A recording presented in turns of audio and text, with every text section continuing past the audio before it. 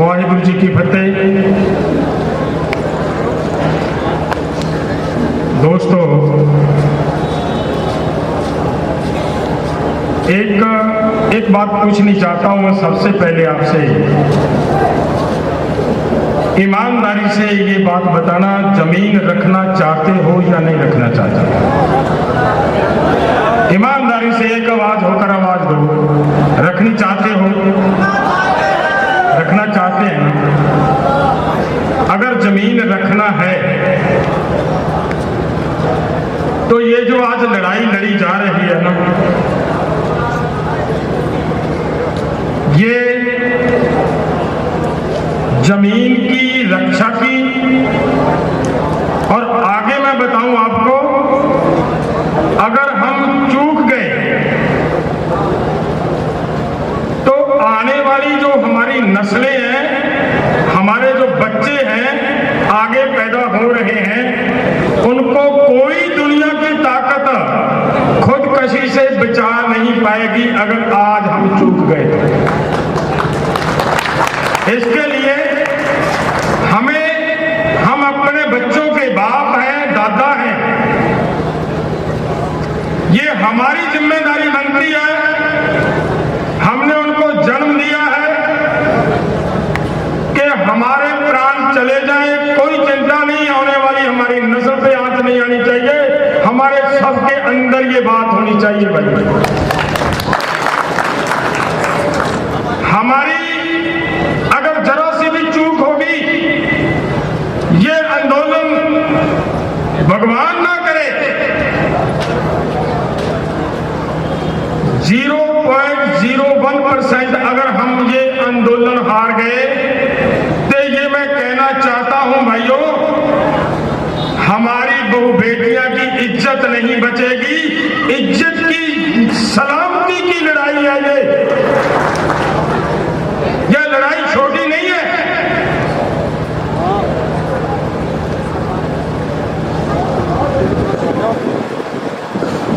जब हम आ रहे थे, एक भाई ने मुझे बात कही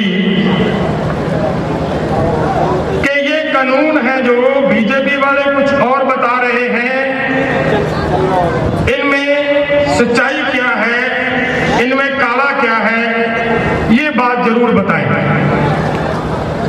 मैं अपनी बात शुरू करने से पहले मैं ये पूछना चाहता हूं, ये जो सवाल उस भाई ने मेरे पर किया है कि ये बताकर जाएं, क्या आप सभी ये जानना चाहते हो इस बात को? अगर जानना चाहते हो तो मेरा निवेदन है भाइयों, हाथ जोड़ के, मैं आपका भाई हूं, पंजाब से आया हूं, और ईमानदारी से मैं एक बात और बता देता हूं आपको। जब हमारी राष्ट्रीय किसान महासंघ की कभी कभी बैठकें होती थी, मैं और कक्का जी जब कभी रात को सोने के समय इकट्ठे बैठते तो बात करते, क्या कभी देश का किसान जागेगा? जितना खतरनाक तूफान किसान को अपने साथ हराकर ले जाने के लिए तेजी से आ रहा है और किसान जागृत नहीं हो रहा, अगर किसान ना जागा तो होगा क्या? अब भाइयों, वो काम पंजाब और हरियाणा के लोगों ने कर दिया जागने और जगाने का। ये हमारे ऊपर सवाल था कक्का जी का, हमने उनका सवाल का जवाब दे दिया निकालकर कि भाई हम तो आ गए, हम तो आ गए, अब आपकी भी जिम्मेदारी बनती है। मैं एक बात और भी इसके साथ जोड़ता हूं। अभिमन्यु कुहाड़ ने एक बात कही थी, मेरे पास जो पीएचडी करने वाले लड़के होते हैं ना, वो इस एक ही आंदोलन है, इस पे पीएचडी हो रही है भाई साहब, पीएचडी कर रहे हैं लड़के। जो पीएचडी करता है ना, बाल की खाल उतारता है, ऐसे नहीं कोई लाइन लिख देता अपनी किताब में कि जो जी चाहे लिख देगा, ऐसे नहीं लिख पाएगा। और वो जो पीएचडी कर रहे हैं ना, वो लिखेंगे कि किस देश, स्टेट का, किस कितना कितना आंदोलन में योगदान रहा, ये आप बताएं। उस किताब में अपना नाम लिखवाना, मध्य प्रदेश उस किताब में अपना नाम लिखवाना नहीं चाहता क्या? लिखवाना चाहते हो ना, तो फिर आंदोलन में उतरना पड़ेगा। वो किसी के कहने पे नहीं लिखेंगे, जो दिखेगा उसका नाम लिख देंगे। सो मेरा कहने का मतलब ये है भाइयों, अब मैं बात उस पे आता हूं जो कहते हैं कि कानून में काला क्या है। ध्यान से इस बात को समझने का प्रयास करना। मेरी बात समझ में तो आती है ना, पर मैं अच्छी बहुत बढ़िया हिंदी नहीं बोल सकता, जैसे ऐसी बोल रहा हूं, आपको समझा रही है ना? ठीक है। कानून में बीजेपी वाले ये बात बताएं, अगर सुनिए ध्यान से, तो वो ये कहेंगे, ये कहते भी हैं अलग अलग स्टेजों पे, ये कहते भी हैं ये बात कि बताएं कानून में काला क्या है। कानून में लिख दिया मोदी जी ने कि कोई किसान की जमीन गहने नहीं ले सकता, कोई बैन नहीं ले सकता, कोई ठेके पे नहीं ले सकता। तो बताएं ये नेता जमीन कैसे जाएगी? ये कहते हैं ना, ये आपको भी कहीं मिल जाएंगे तो ये कहेंगे कि बताएं किसान नेता कैसे जाएगी। मैं ये बताना चाहता हूं भाइयों, आपको भी और उन नेताओं को भी, इसके आगे की लाइन में क्या लिखा है वो सवाल है। ये 3 लाइनें लिखने के बाद आगे एक लाइन और लिखी है, वो क्या है कि अगर किसान की सहमति है तो कुछ भी हो सकता है।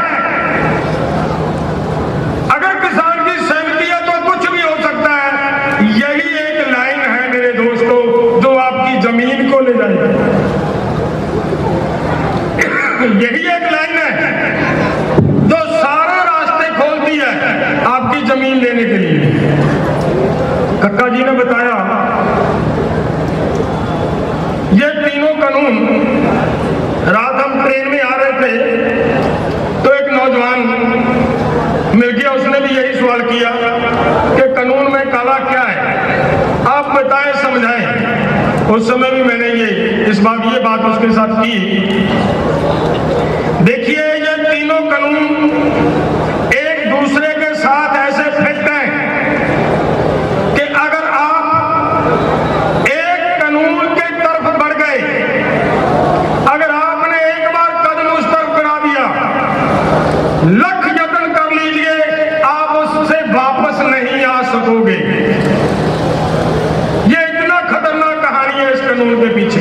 कहां से शुरू होती है ये? कक्का जी ने बताया कि उन्होंने कहा कि मंडी के बाहर एक और मंडी होगी। कक्का जी ने वो बता दिया आपको कि वो आदमी, कानून ये कहता है कि अगर वो आदमी मंडी से बाहर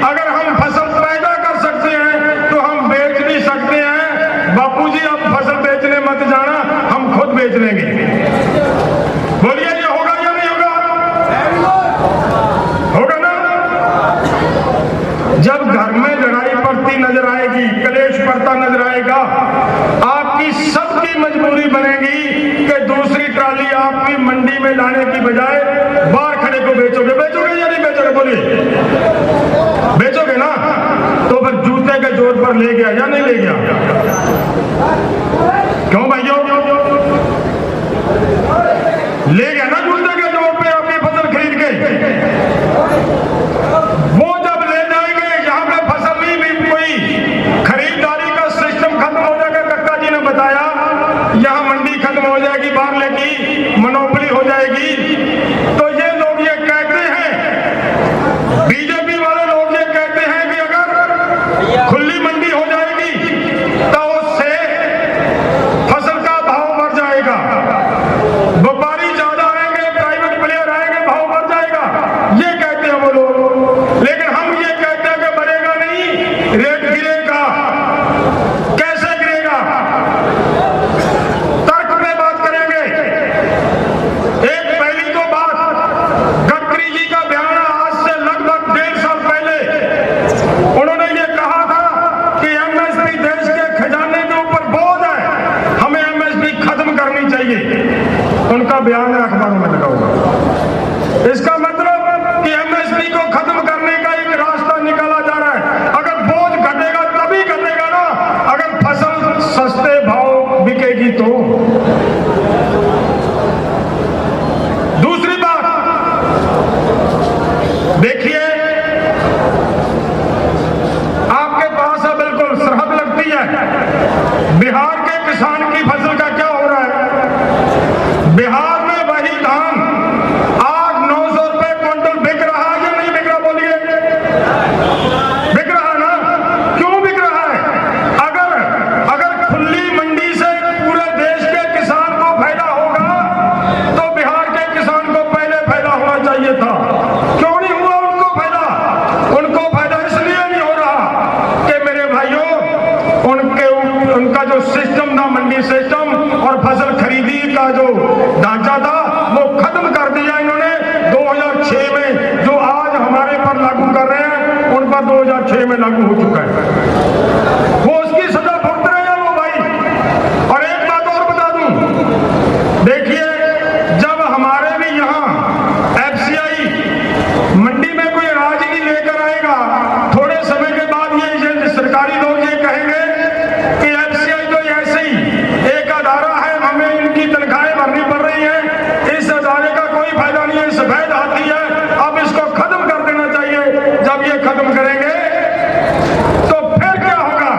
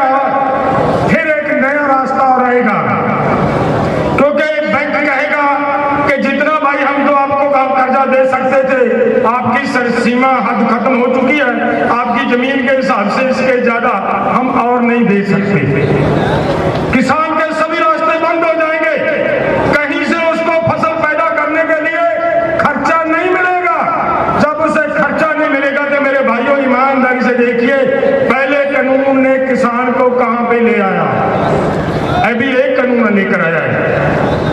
अभी दूसरा शुरू होता है यहां से कॉन्ट्रैक्ट फार्मिंग का।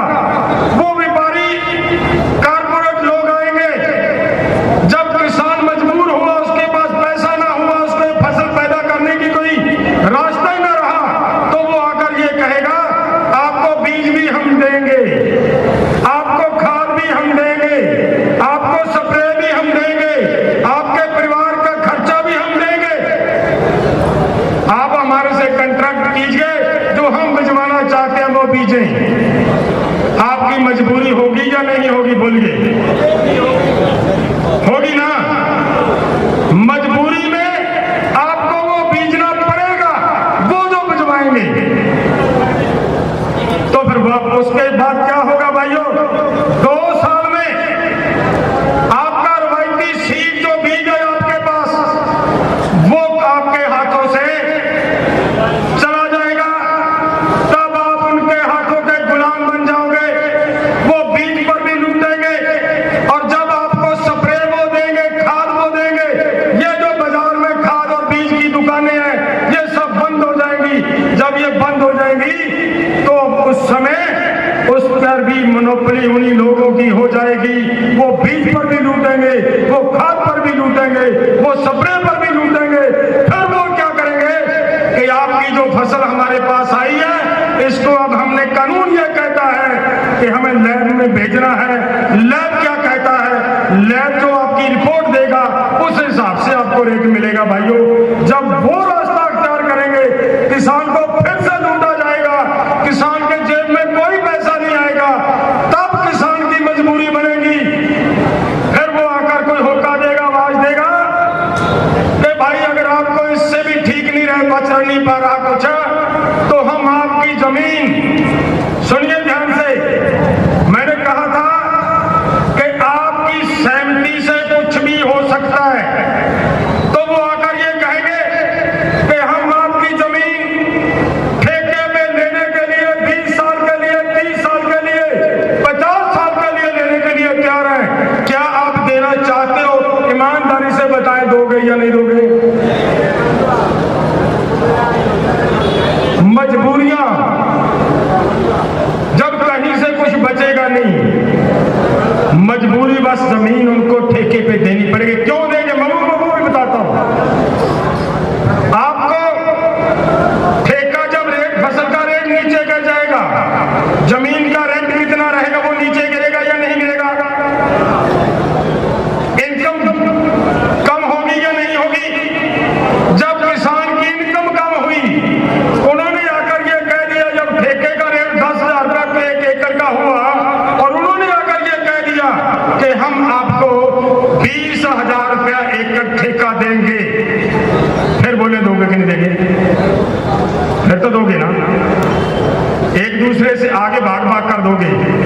जब ठेके पे जमीन देने के लिए जाओगे, तब वो कहेगा कि पहले सहमति पर अंगूठा लगवाओ भाई, हम आपसे जबरदस्ती तो नहीं कर रहे, आपकी सहमति से ले रहे हैं। तो तब जब आपकी सहमति हो जाएगी, जमीन उसके पास चली जाएगी, तो देखिए 2 वायदे पूरे कर दिए मोदी जी ने। 2 क्या?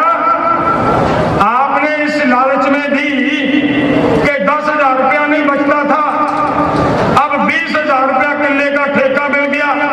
इनकम डबल हुई या नहीं हुई? मोदी का वायदा पूरा हुआ। और दूसरी तरफ मोदी ने वायदा किया है अडानी और अंबानियों के साथ कि आपको भारत के टोटल नेचुरल सोर्सेज, कुदरती शोबे आपके हवाले करेंगे और जमीन उनके पास चलेगी। दोनों वायदे पूरे कर दिए भाइयों मोदी ने, दोनों वायदे पूरे कर दिए। ये 2 कानूनों की खेल है, अभी तीसरे की बाकी है। अब समय नहीं है कि मैं तीसरे की भी व्याख्या करूं, कभी फिर इकट्ठे हुए तो उस पर भी बात करेंगे। लेकिन ये बात जरूर है कि तीसरा कानून इतना खतरनाक है कि वो आपके बच्चों को मजदूरी करने के लिए मजबूर करेगा, हमारी बहु बेटियों को मजदूरी करने के लिए मजबूर करेगा। इसके लिए कतई भले हमारी जान चली जाए, हम पीछे नहीं हटने वाले। हम ये कानून किसी हाल में लागू नहीं होने देंगे।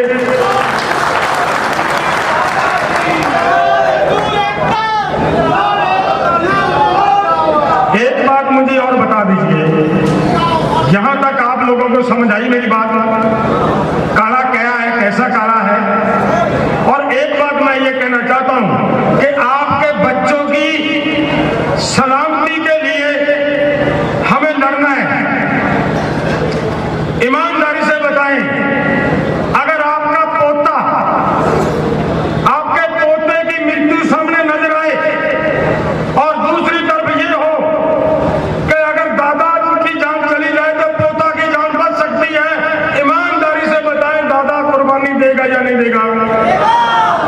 ये जिम्मेदारी बनती है हमारी, हमारे पोते की जिंदगी बचाने के लिए, हमारी बेटियों की इज्जत बचाने के लिए हमें मरने से डरना नहीं चाहिए, हमें मरने के लिए तैयार होना चाहिए भाइयों। अगर हम मरने के लिए तैयार हो जाएंगे, ये सरकार को घुटनों के बल ले आएंगे, हर हाल में ये कानून रद्द करने पड़ेंगे सरकार को। मैं आपसे इतना ही निवेदन करता हूं, अगर आप सच में इस बात का मान रखते हो तो एक बार हाथ खड़े करके ये बात जरूर बता दें कि आंदोलन में आप कूदोगे या नहीं कूदोगे। कोई आदमी अब आंदोलन से बाहर नहीं रहना चाहिए, ये आंदोलन आपका है भाइयों, आपके बच्चों की जिंदगी का है। तो एक बात मैं और भी कह दूं जाता जाता, आप पता नहीं यहां वाले लोग क्या बोलते हो, हम तो कुत्ती होती है ना, कुत्ती बोलते हो आप भी, कुतिया कुतिया कुतिया होती है ना, वो बच्चे दे देती है कहीं पे भी, जहां पे उसके बच्चे होते हैं उसके बच्चों वाली जगह जहां पे है, लोगों का रास्ता बंद करती है या नहीं करती? ईमानदारी से बताएं, करती है ना? वो किस लिए करती है? वो इसलिए करती है कि यहां पर हमारे बच्चे हैं, हम मर जाएंगे लेकिन अपने बच्चों के पास नहीं आने देंगे किसी को। तो फिर हम तो यार इंसान हैं, हम तो मर्द हैं, हमारी जिम्मेदारी बनती है कि हमारी जान चली जाए कोई परवाह नहीं, हम अपने बच्चों के लिए, अपनी बेटियों की इज्जत के लिए जिंदगियां कुर्बान कर देंगे। ये कानून किसी हाल में हमें परवाह नहीं, हम किसी हाल में ये कानून लागू नहीं होने देंगे। धन्यवाद। वाहिगुरू जी का खालसा,